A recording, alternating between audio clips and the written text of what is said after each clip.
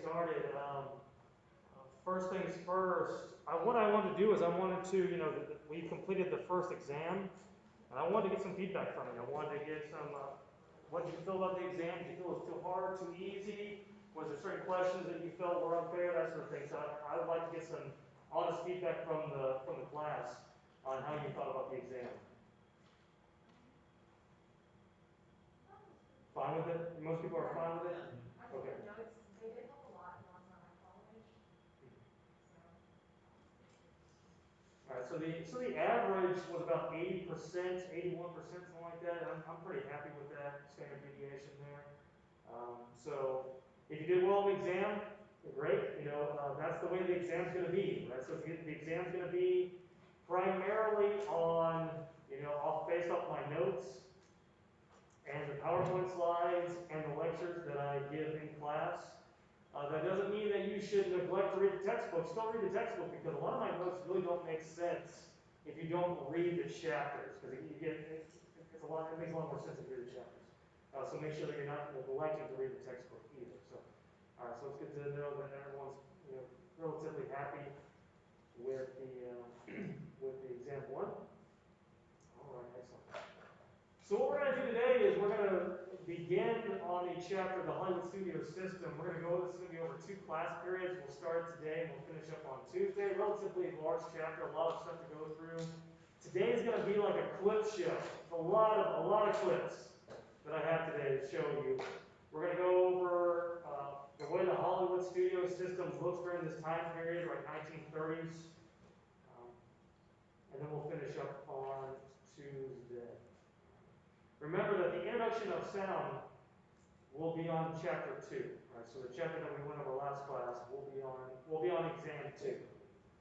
So make sure you include that when you're studying for exam 2. Questions, concerns about anything before we get? All right. Good to see everybody. So our warm-up question for today is: what's your worst pet peeve? Yeah, go for it. You're already ready for it. People who drive slow in the fast lane. In the fast lane, you said? I always find that very annoying is when someone drives slow. Under the speed limit, I hate it. Yeah, one thing that annoys me is like, you're going slow.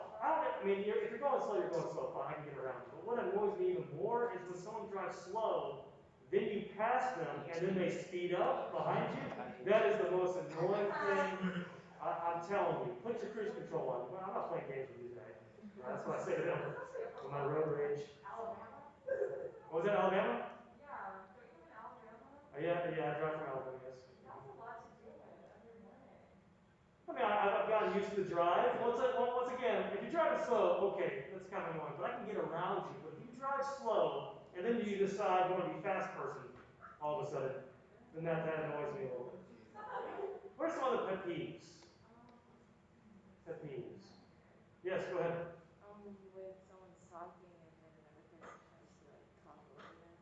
Okay, when you're having a conversation and someone's trying to talk over you? Do you mean like when you're just having a one-on-one with somebody, or when someone else comes in? It doesn't matter, like if I'm in a group where they're just talking one-on-one and they try to talk over. So the presidential election, you love the debates. Oh. You love it. You're on board with what you saw. I'm excited about that. He was going to come up. Yeah. He was going to come up today. All right, so what are some other pet peeves? Yes, go ahead. When people put celery in foods that would be perfectly fine, like without it. Are you a celery hater? I hate celery. It's disgusting in everything it's in. It ruins every dish. It smells bad. It tastes bad. It makes me think, why is it so long? Why is it crazy? Does celery have a unique smell? No? I don't think so. I never thought of celery as having like a potent smell. Yeah, well, I can smell it. Okay, what do you think? Do you think, what's your name? What's your name? What's your name? Alondra. Alondra? What do you think about celery? Do you think it has a smell? Would you say that celery has a smell? Yes. Or does it have a smell? It has a smell, but not distinct. It has Not my fault you're not bothered by the red race. can I assume that you do not like celery? I do like celery. You do like celery. She's a fan of celery. Only Only with ranch. Like I don't really like the celery taste. Okay, sure. See, why About Did you not ever try the peanut butter? It's like a Right. taste that I don't like, but I do like. Okay, right? Yes. It does make sense. What food dish would you put celery in that would ruin it? Every day. I'm trying to think about what What do you food. put Chicken celery in? salad, Oh, like chicken. stuffing, and like Thanksgiving. My mom always makes All these things I wouldn't eat anyways. These are all horrible things. Stuffing. I don't know, okay? I ask the same question every year. Alright. Other pet peeves, food related or not, yes. Willful ignorance. Okay, sure, right, just ignorance in general, I like it. What else? What other pet peeves do you have? Do we have any no? Oh, yes, go ahead. When someone asks me if I'm mad, but I'm not mad. Okay, Look right. mad, but that just actually makes me mad. Sure, then you get angry. Yeah, exactly. Then you punch the person. No, not period. Sometimes. Man, It depends on the person. it's not necessary to smile all the time. That's not necessary. You can have a normal, yes. Go ahead. Going off of what you said, when people tell me to calm down, I'm like, I am yes, calm. it's Now I'm no okay, longer you're calm. fine. Yes, that's always a no-no when you tell someone to calm down. Yes.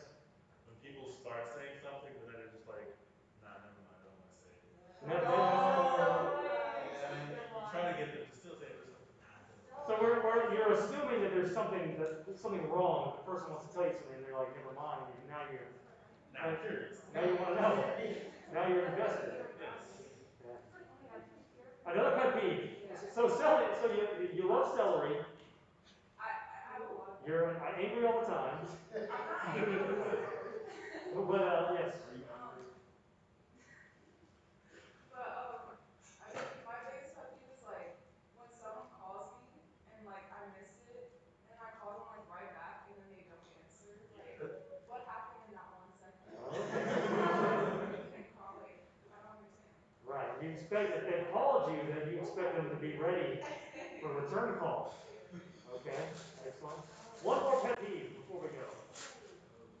Okay, another one over here. Yes, sure. This is kind of weird, but Oh, shut up. Okay. those are always the best. Those are always the best. The weird ones.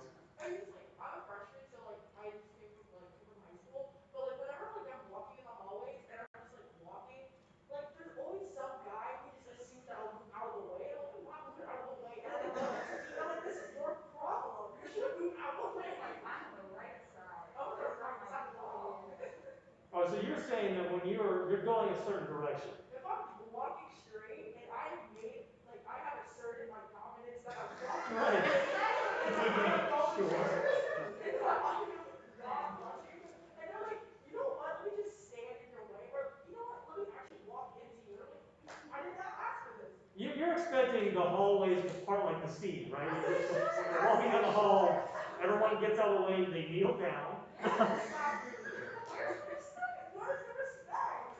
Sure. You like stay on the right half of the hallway. I like people. I would stay on the right side of the hallway, and then people would just like be like come from the other side, or like, you know what? Let me just be on this side. I'm like, do you not understand how traffic works in this elementary school? I think we tapped into something. We triggered you, as the kids say, right? Triggered? No? You guys use that word anymore, triggered? Yeah. We do, but Still do it? Excellent.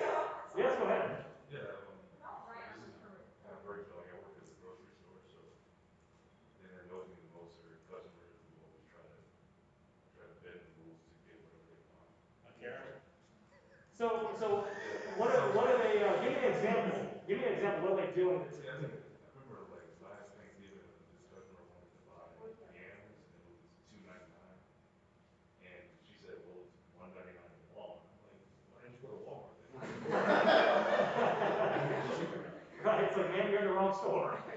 Obviously. We all know that you can get some cheap yams at Walmart. You go to Walmart, you get some yams.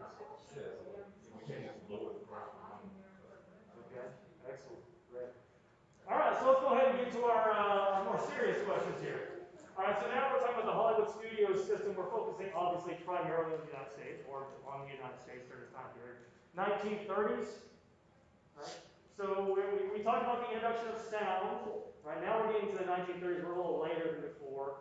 What is going on historically? What is happening in the United States and the world during this time period? The Great Depression. right? So for a significant part of the 1930s, certainly, right?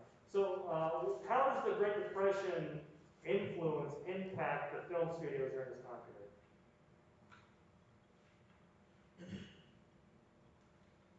I would assume budgets are affected.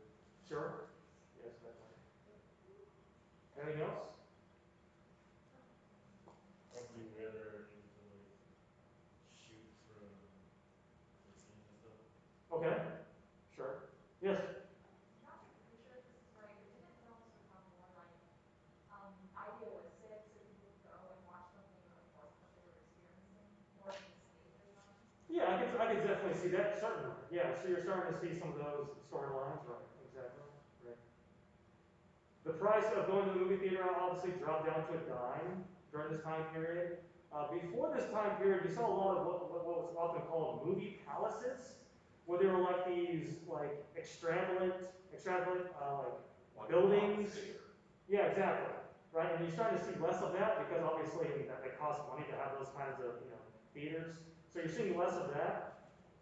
This is also the time when you're starting to see like the selling of popcorn and snacks during intermission, right? This is obviously designed to generate more money because the movie theaters were struggling, so they need to find some other way to get money out of the customers. So this is where you're starting to see popcorn and snacks and that sort of thing starting to be served in this time period. Definitely. What else is happening during this time period? What else happens? What was that? World War II, obviously. So the United States enters the World War II in 1941. How does that impact the film industry? Like a lot of propaganda and stuff. I mean, there was certainly some propaganda films, definitely. Is it like the rise? Well, I guess that kind of goes along with propaganda, like patriotism. Um, Certainly, yes. What else? There was an economic boom, right, after World War I. Right? So when the United States enters the war, there's an economic boom that sort of rescues the economy, certainly. Let's move on to the next question. Describe the makeup of the film industry during this time period in the United States. How would you describe the makeup?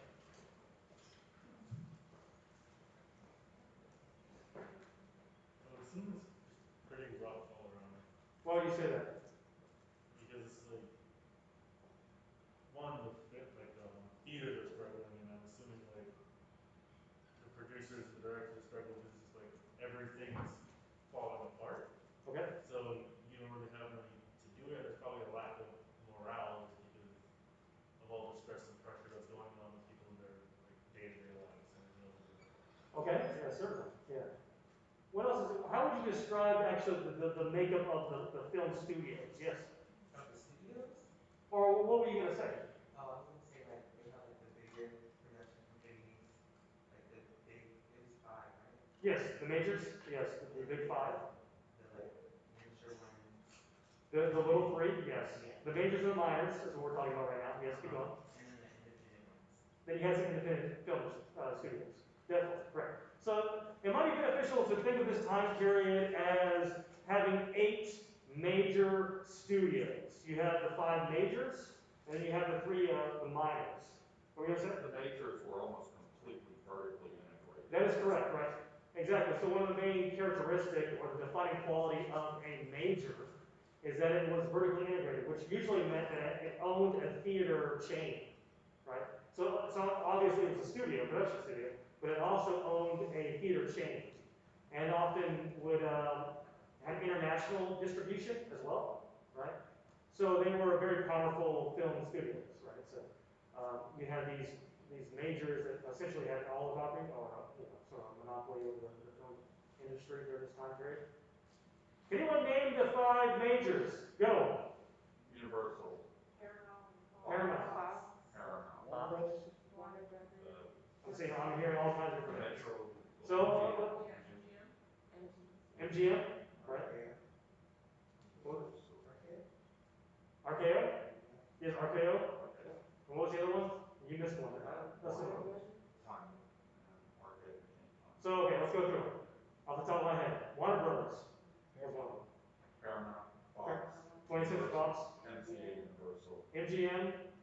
MCA Universal. think Universal was a minor. What are we missing? So we said RKO, MGM. What are we missing? And then Paramount. So what are the minors? Yeah, the minors were, or the goal three, Columbia, Universal, and what was the third one? This one you have not heard before. United Artists. And we're gonna go through these in detail, right? So just what we talked about, how in national cinemas, how each nation sort of had their own genre or style. You can also think of it this way in terms of the majors and minors. Like if you were going to a Warner Brothers film, you pretty much knew what type of film you were going to. If you were going to a Universal film, you pretty much knew what kind of film you were going to. Does anyone want to describe what some of these film studios were known for? What types of movies they were known for?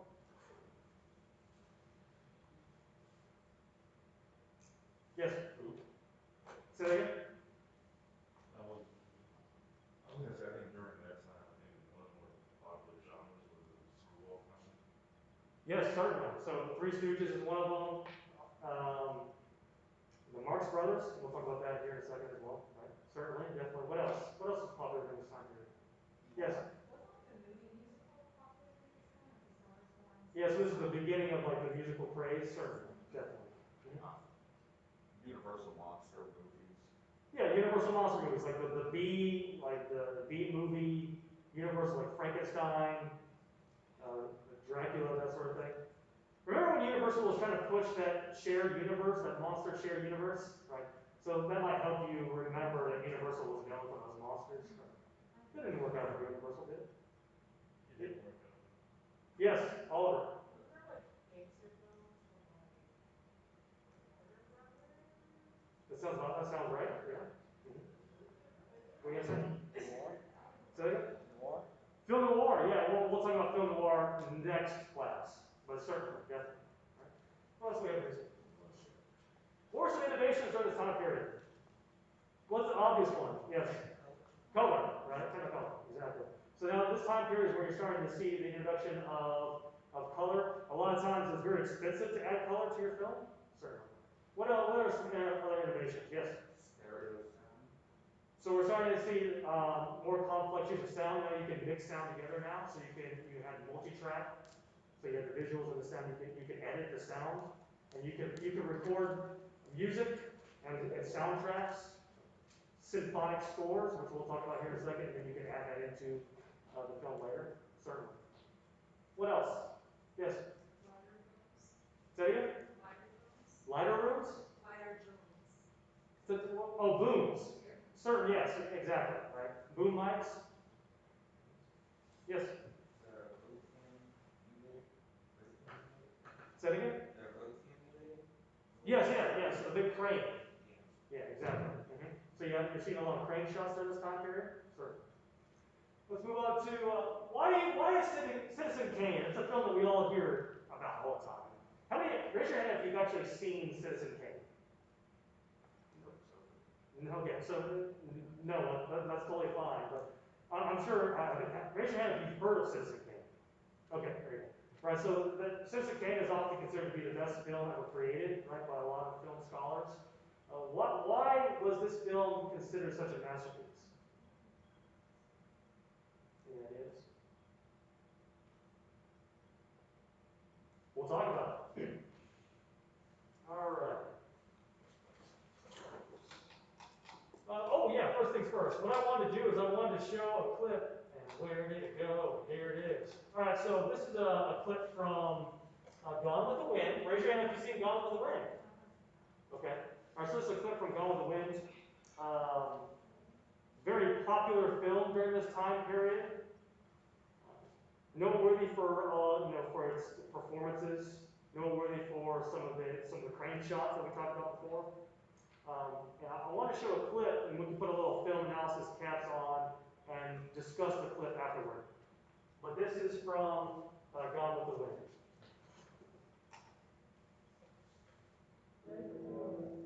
Press on. Exit. Finish crossing.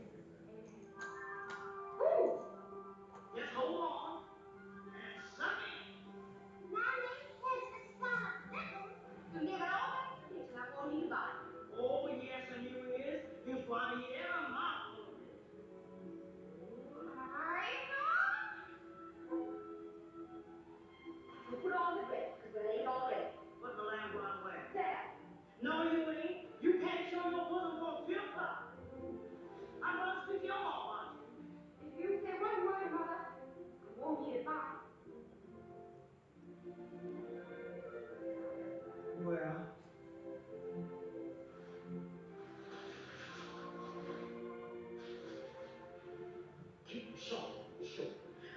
you to get well and to button up and put on your best linen. Me say, curse the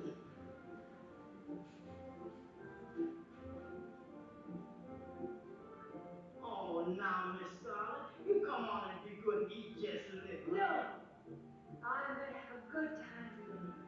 And do I hear the bargain? If you don't care what folks says about this family, I does. I told you and told you that you can always tell a lady by the way that she eat in front of folks like a bird. And I ain't aiming for you to go to Mr. Johnny Wilkinson's and eat like a field hand and travel like a hog. Fiddle dee dee. Ashley once told me you like to see a girl with a healthy appetite. What gentleman says and what you think is two different things. And I ain't noticed Mr. Ashley anxious for to marry you.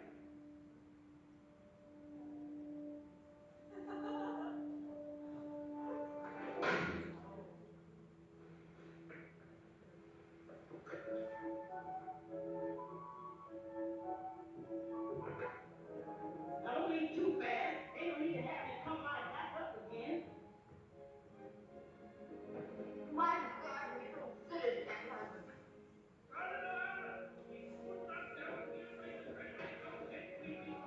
I'm coming, Bob!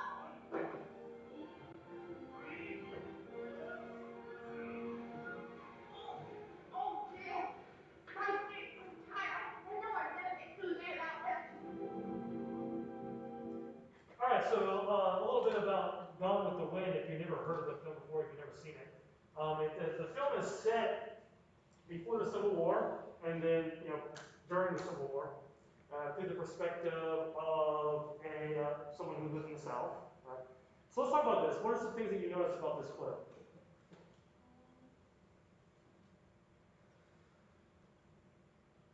Is she a slave? Yes. Yeah. This is the infamous Mammy character. Right. So I think the thing that's most obvious is the stereotypical depiction of the Mammy character. Does anyone want to say anything about this? I mean, you look at it, but the character hasn't completely gone away, unfortunately. I feel like that stereotype still exists, even in like modern day TV. There's always like the guidance counselor who sympathizes with the white girl who's struggling, or like the best friend. I feel like it still is kind of a thing.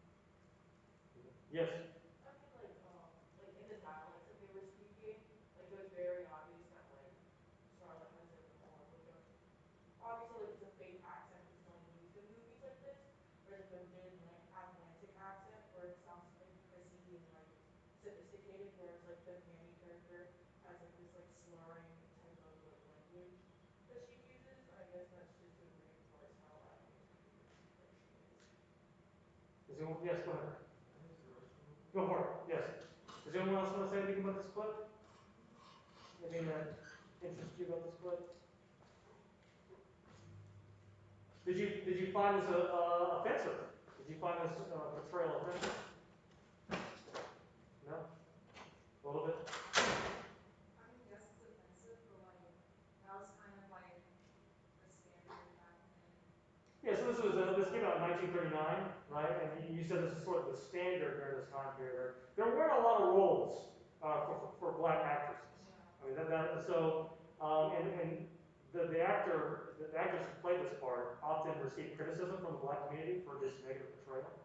And then obviously her defense was, I think she famously once said, if I don't play these characters, then what am I going to play? Right. So you really, and it's one of those things where it's obviously a negative portrayal. It's a negative stereotype. But it's also important that this was the only roles for a black actress during this time period, and she did become very popular, right? And she did eventually star in many films, so she did have a little bit of an agency, and she did get a little bit more of an empowerment. She ended up having a radio show after this as well. But once again, you're kind of seeing this mythology that still perpetuates in film during this time period. We talked about Birth of a Nation and how it perpetuated that mythology of. Does anyone know what the Lost Cause myth is? Has anyone heard of this before? Yeah, what is the Lost Cause? That the Civil War was not really fought over slavery, it was fought over states' rights, and the people on the southern side were just heroes fighting to preserve their culture and not to preserve the Yeah, great. I think that's a great way of putting it. So the lost cause, essentially what you said, I think you put it really well, is this idea that the Civil War wasn't actually about slavery, or it was, but it really wasn't the real cause of the Civil War. It was, and the South is often portrayed, or Southern white men are often portrayed as just defending their homeland, defending their families. There's a romanticization of the South during this time period, and oftentimes, you know, slaves are often depicted as being happy in that environment, right? And the Gone with the Wind has often been criticized for this romanticization of the South during this time period, right? And the Mandy character sort of perpetuates that a little bit, or a lot actually. The Mandy character is actually not the worst depiction of a slave, right? There are worse, more negative portrayals. And many have pointed out that she is sort of like independent, and she talks back, right? So there's this idea of sort of like this empowering portrayal, perhaps. I don't know. Did you notice that? Yeah, because in reality, she was a bit too like sassy for the time period that she's in. That wouldn't have been able to fly, and especially when the lady was about to walk out, she turned back and gave her the stern face. Like she, in reality, it wouldn't have gone down like that. Right, so yeah, exactly. And actually, it's funny that you mentioned the word sassy because during this time period, white audiences often felt that she was too sassy of a character as well. Right? Yes? I know that like the Mandy character, like it like makes it so like the main character is like super sassy and like super like I guess like unruly, where it perpetuates that like black women are just like tossing and angry and are willing to like pick a fight with someone. And it also like perpetuates that like, oh, like if a woman like this is like willing to like be all sassy, now I wonder what her like man is like. It perpetuates that like black men also are like weak and they can't even like be like the breadwinners of the house. Because Yeah. you have this Mandy character who is the breadwinner of the house. Yeah, fantastic. And I think we can see the lineage of, Birth of a Nation to Gone with the Wind. I think we can see the connection there, right? So it still perpetuates this mythology of like these wholesome, like the Confederacy. They weren't as bad as you think. They were actually good people that took care of this myth that gets perpetuated from Birth of a Nation all the way till the Gone with the Wind is in 1939 when it came out. All right, good. Let's go ahead and move on. We got so many clips, all the clips to watch. But first, reading off my notes. That's what everybody loves. All right, so between 1930 and 1945, the U.S. economy nearly collapsed. The United States enters World War I in 1949 or 1941. There is this economic boom. There were, as we mentioned before, it's probably beneficial to think of this time period as, you have 8 major studios. Well, you have 5 majors and 3 minors. So Big 5, Paramount, MGM, Fox, Warner Brothers, and RKO. I think I have a list right here. So once again, Warner Brothers, Paramount, MGM, 20th Century Fox, and RKO. Remember, to be a major, you need to be vertically integrated, which means you owned a theater chain. And you also had international distribution, right? That's what made you a major. The minors, Universal, Columbia, and United Artists. Obviously, some of these studios are still around today. You recognize many of these names, I'm sure. Some of them you probably do not recognize. RKO is probably the most obvious one you do not recognize. Does anyone recognize MGM? Does anyone recognize that title? Right? Yeah. So this was it's the one with the lion, right? When you play the movie, if the lion's roaring, that's MGM. All right. So reading off the notes. So the impact of the Depression. Like I said before, cut short the age of the movie palace. Ushers no longer had ushers that would take you to your seats. This is when you saw popcorn and candy being sold. Oftentimes they would have double features, right? So you would have 2 movies for the price of 1. Moving on. All right, so let's focus on Warner Brothers. So Warner Brothers, still around today, obviously. What's Warner Brothers known for? What films are they known for? Yeah. What type of movies? Yeah, so we got DC. Warner Bros. Is known for having the DC movies. They overcame their debts during the Depression by cutting costs and selling off their holdings. They were known for having low budget projects.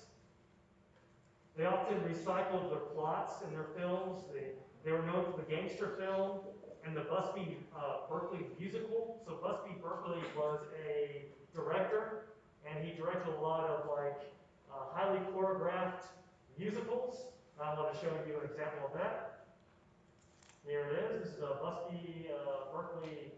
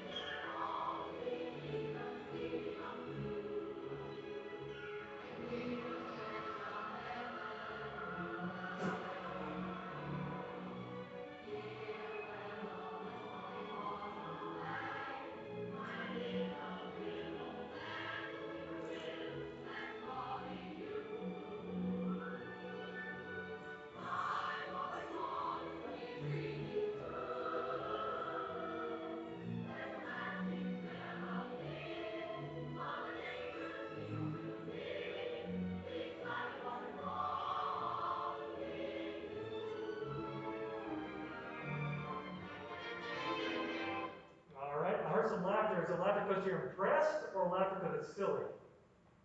Both. Both. Okay. Well, I like it. Both. All right, so that was Warner Brothers. So let's move on to Paramount. So Paramount started a distribution firm and expanded it by buying a large number of theaters. They actually ended up declaring bankruptcy in 1933 because of the Depression. In 1936, Barney Balaban became president and made the company profitable again. They were known for their European style of production, right? So their films were often seen more prestigious. Cecil B. DeMille made many films. They were also known for their comedies, their Marx Brothers comedies. Anyone heard of the Marx Brothers? If you haven't heard of the Marx Brothers, you probably have seen their influence in comedy, right? So the Marx Brothers, the one that often went with a cigarette. What's the secret word? You know. Anyways, moving on. All right, so here's the Marx. Here's a Marx Brother classic comedy. This is Password. Right. Anyway, watch the door for a few minutes, and don't let anyone in without the password. All right, what is it? Swordfish is the password, do you understand? Okay, I got it. Well, what is it? Password. Swordfish! Swordfish! You're right, the swordfish, the swordfish. Piazza mascoso in that room full of faccia così pazza. Who are you? I'm fine, thanks. Who are you? I'm fine too, but you can't come in unless you give the password. Oh, what is the password? Oh, no, you gotta tell me. Hey, I know what I do. I give you 3 guesses. It's the name of a fish. Is it married? That's an old fish. Here's what you drink like one. Let me see. Is it sturgeon? Hey, you crazy. Sturgeon, the doctor cut you open when he was sick. Now, I give you one more chance. I got it. Haddock. That's the funny. I got a haddock too. What do you take for a haddock? Well, sometimes I take aspirin, sometimes I take a calmette. Bad work a mile for a calmette. You mean chocolate calmette. I like that too, but you know, guess. Hey, what's the matter? You don't understand English? You can't come in here unless you say swordfish. Now, I'll give you one more guess. I think I got it. Is it swordfish? That's it, you did it.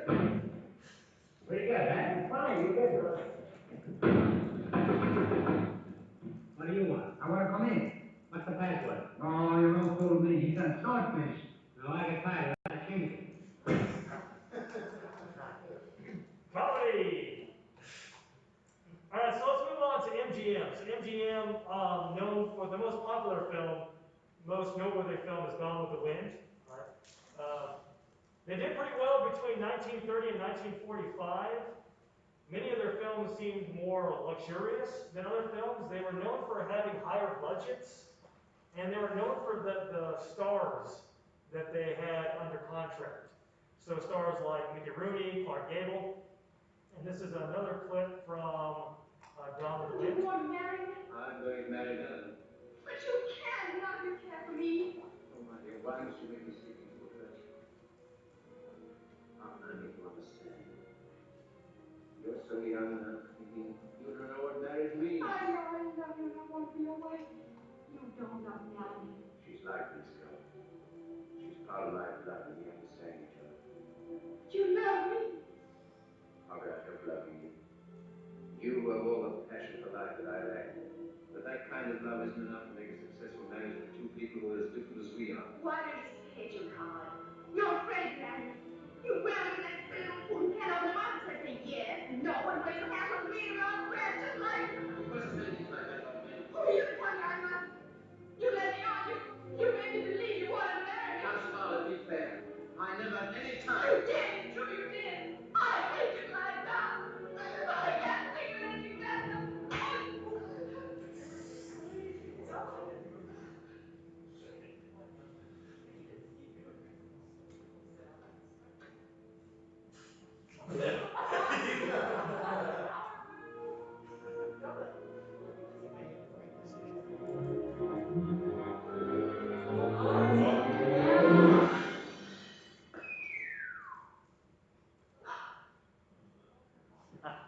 There's a war starting.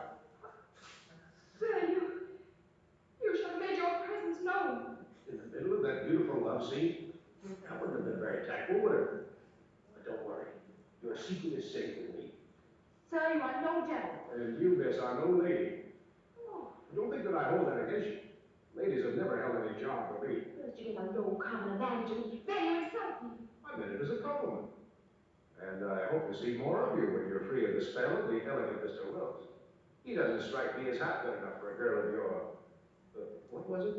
Your passion for living? How dare you? You aren't fit to write his book. And you were going to hate it for the rest of your life. Gone with the Wind. All right, excellent. All right, so moving on from MGM to 20th Century Fox. So Fox entered the Depression worse shape than other majors. Sidney Kent, formerly the head of Paramount, took over and helped turn the company around. Fox ended up merging with a smaller company, 20th Century, to become 20th Century Fox. 20th Century Fox, not around anymore, RIP, part of Disney. They were known for Shirley Temple films. Is anyone familiar with Shirley Temple? The cute little girl that sings? Alright, so, Yeah, the commercial, you got the black and red on there. here we go. Yep, that's the song. Yep. Here it is. All of children. Folks, I want to play our theme song. You know that song, don't you? Sure I do. Well, then sing it. Come on.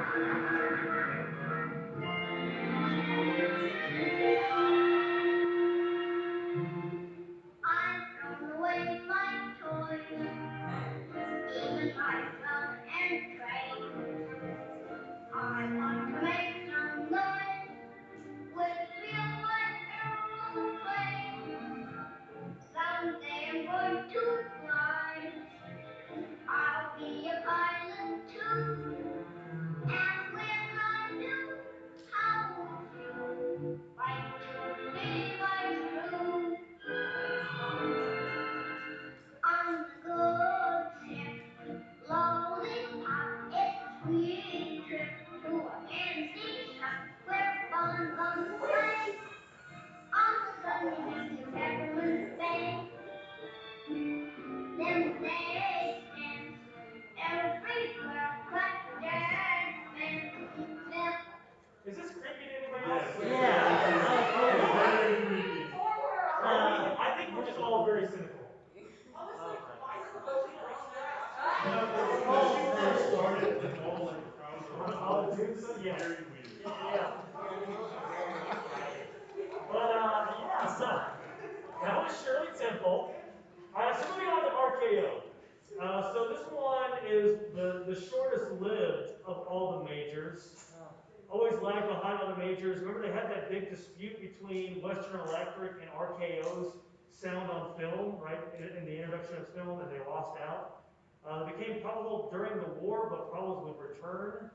They often lacked the big stars of the other major studios. They did have Katharine Hepburn, who was popular for a short time. Then she was often associated with overacting. Has anyone heard of Katharine Hepburn? No. You might have heard of her name. But she was often associated with overacting or bad acting, and her films would just slowly stop becoming very successful because of that. This is from Philadelphia Story in 1940. Here she is, Katharine Hepburn. I suppose you'll still be attracted to any man of spirit, though. There's something engaging about it, this goddess business. Something more challenging to the male than the more obvious charms. Really? Really. We're very vain, you know. This citadel can and shall be taken, and I'm the boy to do it. You seem quite contemptuous of me all of a sudden. No, Red. None of you. Never of you. Red, you could be the finest woman on this earth. I'm contemptuous of something inside of you you either can't help or make no attempt to. Your so-called strength, your prejudice against weakness, your blind intolerance. Is that all? That's the gist of it. Because you'll never be a first-class human being or a first-class woman until you learn to have some regard for human frailty. It's a pity your own foot can't slip a little sometime. But your sense of inner divinity wouldn't allow that. This goddess must and... There are more of you than people realize. A special class of the American female. The married maidens. So help me next, Jeff. You say another word. I'm through, Red. For the moment, I've had my say. You can't marry that guy. George, I'm going to. Why not? Well, I don't know. I thought I'd be for it at first, but you just don't seem to match up. Then that falls with me. Well, maybe so. All the same, now you can't do it. No. No. Come around about noon tomorrow. I mean today. Small. Say, what do you mean, small? You're the worst kind there is, an intellectual. There you go. What was her accent? So confused. That's a It's lot. it's the Hepburn accent. Moving on to. Why did it just cut from like one scene to the next? So RKO, what was that? Why did it just cut like from one scene randomly to the next? It was just a hard cut. Yeah, it was like, kind of like just a.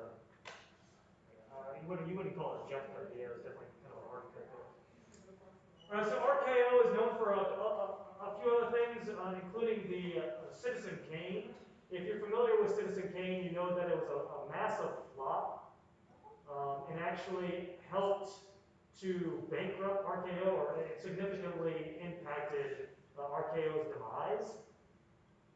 RKO was also known for having an animated studio. This animated studio was called? It was called Disney, yeah. So that's where Disney came from, was an animated part of RKO.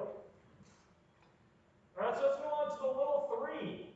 Alright, so we just did the majors, now it's the little three. So up first we have Universal. So Universal was probably the largest of the little three, known for their monster films, so Dracula, Frankenstein, what else? Oh, The Invisible Man, all in 1930s. Once again, I'm sure many of you remember when Universal was trying to push their big shared monster universe that they were trying to do for a long time, so trying to revamp these films, yes. They were gonna be trying for that. I think they started with like the last Mummy movie that came out. And they had like an entire building and everything. It was a big plan, and then it just flopped. I think it was because the Mummy did so terribly that it kind of derailed a lot of things.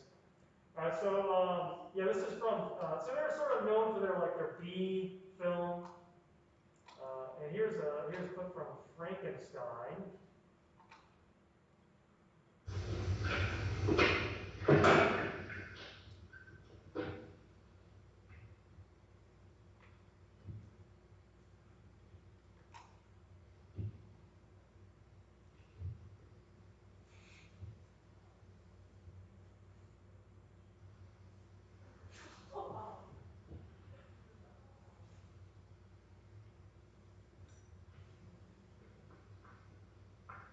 Come in. Come in.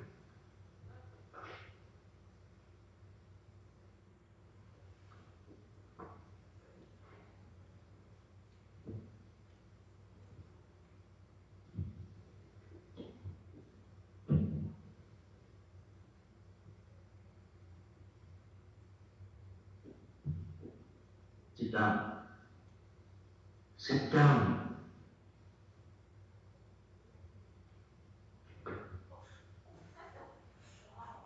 You see it. It understands. Watch. See a lot of shadows there. All right. All right, so that's Universal. Columbia often had low budgets, but they often had many popular films. One of their more successful franchises, if you want to call it this, is the Three Stooges, right? So we'll watch a clip from the Three Stooges. There we go. Let me do. Oh, I thought I had it queued up. Let's do. Here we go.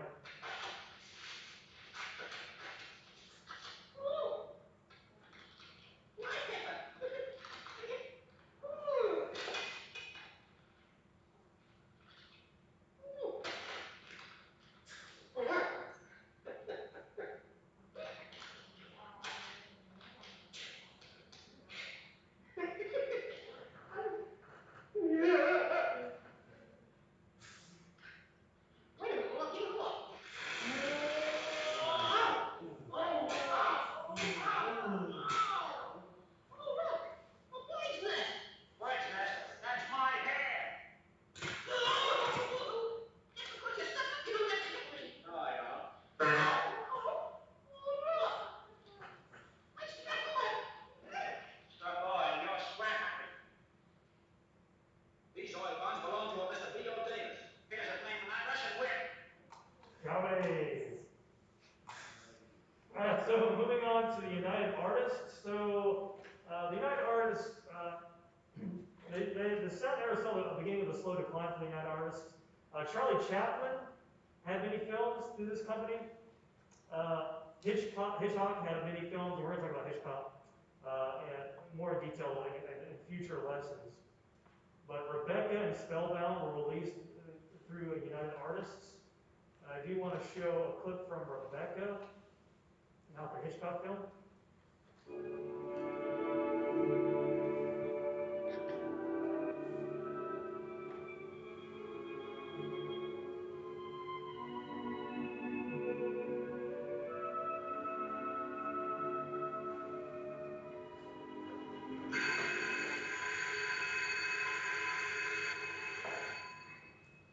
Mrs. De Winter?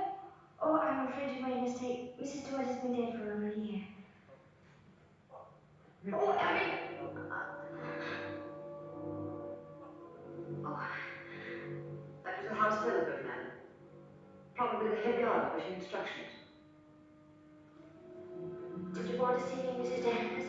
Mr. De Winter informed me that his sister, Mrs. Lacey, and Major Lacey are expected for luncheon. I'd like to know if you approve of the menu. Oh, well, I've looked very suitable, very nice indeed. You notice, madam, that I've left a blank space for the sauce. Mrs. De Winter was most particular about sauces. Let's have whatever you think that Mrs. De Winter would have ordered. Thank you, madam. When you've finished your letters, Robert will take them to the post. My letters? Oh, yes, of course. Thank you, Mrs. Danvers. All right, that was Rebecca. All right, so that was the little three. Now it's time to play a little game. Who can, the first person that yells out the correct studio that's associated with it, the intro here, wins my respect. All right, here we go. Universal. Oh, dang, did it give it away?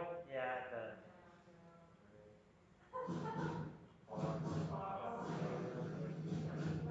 R.I.P.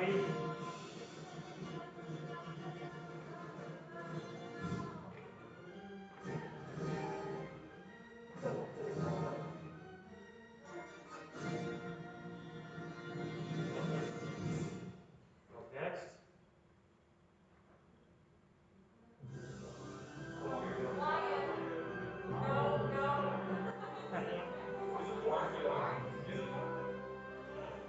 I've heard it yet.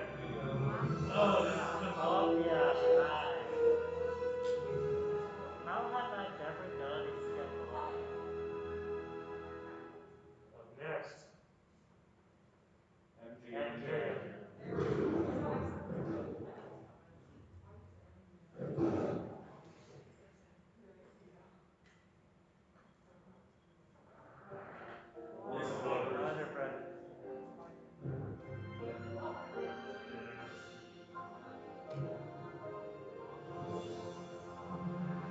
Side quiz. Does anyone know what happened to MGM? They got bought by Sony, then they were resurrected, and they're actually a studio today, kind of merged with United Artists. True, but before that, the most of the investment of MGM went to what? It's in Vegas.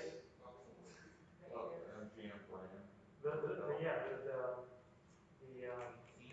Casino, there you go, boom.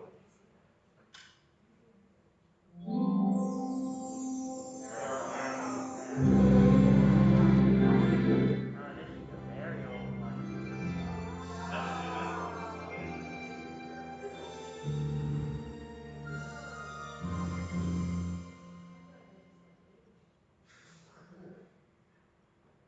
This one was not one of the majors. Relatively recent one. Oh no, this is Universal. I got it mixed up. It's so old.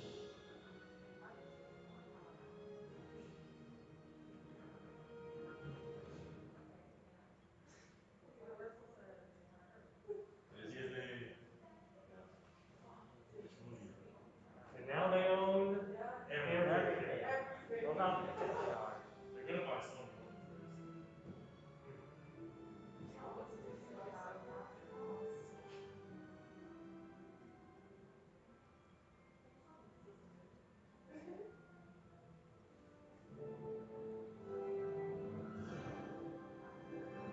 I think this is the one where it's obviously not one of the majors. Don't put that in your exam. All right, so moving along here. Oh yeah, we can show RKO's real quick. So this is just Disney's. See RKO. That was for Snow White. Pinocchio. There you go. Sometimes it helps you to remember things if you kind of associate it with stuff you know. All right, moving along. So let's talk about some innovations during this time period. So obviously, we're starting to see the addition of color, but sound recording became more sophisticated. You had liner booms, you had multi-track recording, which allowed you to have music and voices and sound effects to be registered separately and later mixed together. Songs were recorded first, and actors, for musicals, for example, you could record the person singing and then add it to the scene later. Symphonic scores started being used. Does anyone know what a symphonic score is? A original soundtrack that was made specifically for the movie with orchestra. Yeah, exactly. An orchestra performs, they create a song or not just a song, but it's played during the scene, right? And a famous example of this is from King Kong in 1933. And get ready for these special effects.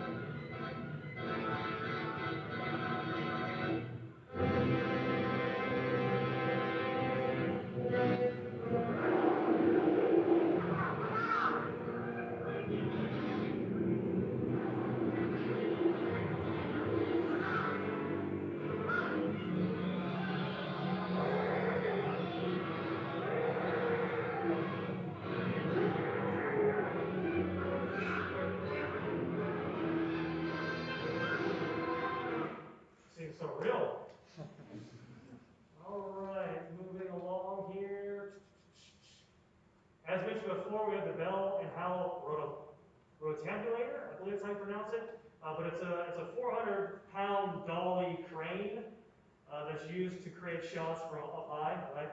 About 18 inches to 7 feet tall. One of the more iconic crane shots is in Gone with the Wind, and I wanted to show that that scene to you. Let's see if we can find it. Here it is. Here's the famous crane shot from Gone with the Wind.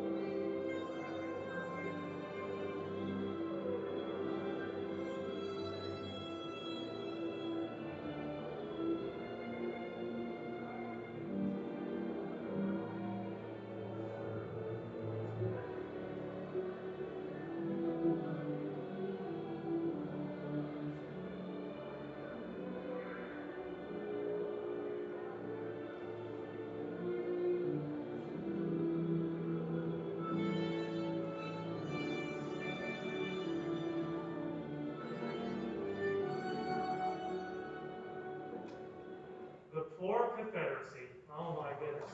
How sad.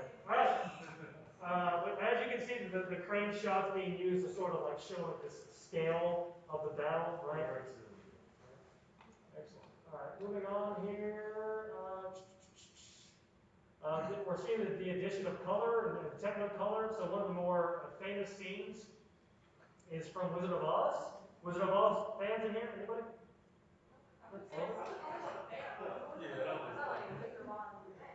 It's okay. I mean, I'll watch it. Yeah, here it is. This is Dorothy entering.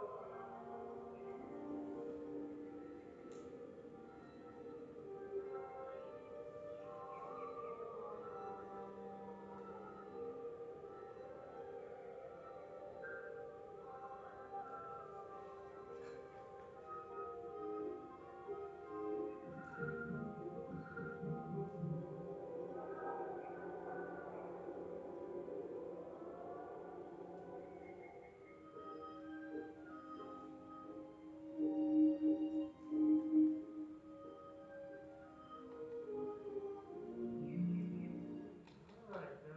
Wizard of Oz. Moving along, moving along. Let's see, other special effects that were used. Rear projection. Does anyone know what rear projection is? Guesses? Yeah. Projectors behind the screen. Right, so it's the when you have a projector, an image behind you, and you film the actor in front or the actors in front of the rear projection to create. So I'll show a couple examples of that. Obviously save time and money.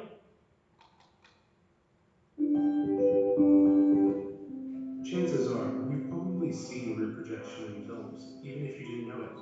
It's a filmmaking technique that's largely unfamiliar because it's rarely given much attention these days.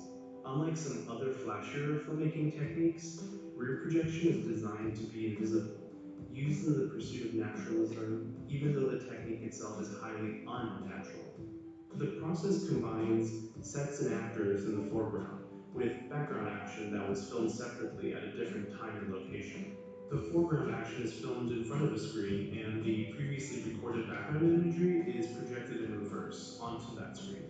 The whole thing is then shot together to produce the final image. This creates the illusion that characters are in a place they are not in. When rear projection was first used in the 1930s, it allowed filmmakers to circumvent the technological limitations of cameras and sound recording at that time. In other words, it made shots that had previously been impossible, possible.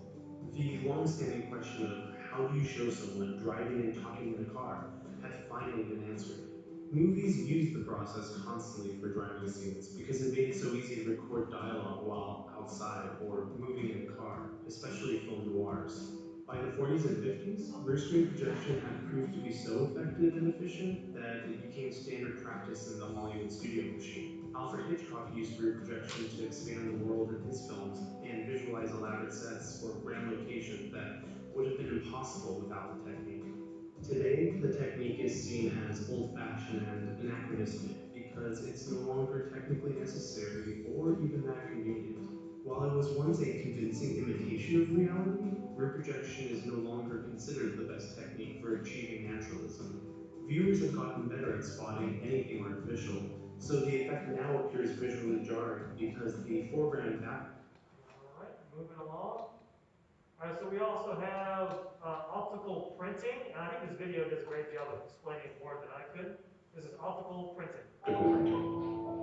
An optical printer may look like something out of a 1970s sci-fi drama, but it's actually the foundational technology for creating visual effects and motion graphics, like the stuff you see on the big screen today. The first optical printer was developed in 1929 by Linwood G. Dunn, who combined a projector and motion picture camera that worked as a way to rephotograph film. Here's how it works. The camera and printer head are rail mounted for precision control. These parts can be moved horizontally, vertically, and laterally, and allow for tilting, zooming, and panning. Let's take a look at some other things optical printers can do, starting with frame-based transformations, like holding, for example. Then there's superimposition, dissolves, fades, and flips. Now for some time-based transformations. Here's a looping effect, some speed ramming, and slow moving. Let's try something a bit more complex now, like resequencing. Here are some examples of image-based transformation, the pan and zoom. Now to put it all together with some compositing.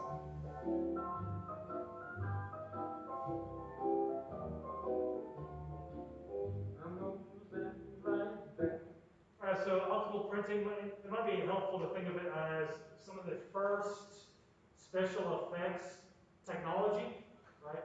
But obviously not digital. It's not digital editing. It's it's more analog editing. Right? Moving along. Oh yeah, so I wanted to show Citizen Kane is often it's noteworthy for using a lot of these special effects, and I want to show one of the more iconic clips from Citizen Kane that uses a lot of these special effects in optical printing.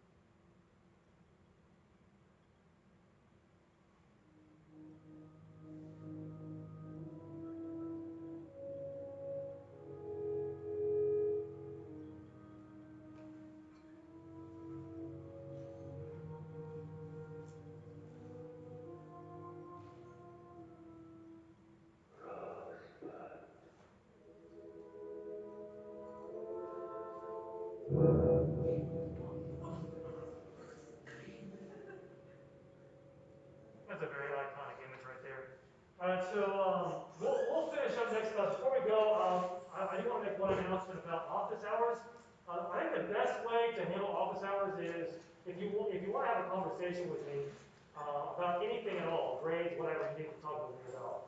If you can send me an email, and then and Tuesdays and Thursdays is best for me. If you can send me an email and say that you'd like to talk with me, I'll send you a Zoom link, and we can set a time when we can have a conversation. So I think that's the best way to do it. So if you would like to meet me during my office hours, send me an email, and I'll send you a Zoom link. All right? I will see you Tuesday. Have a good one, everyone.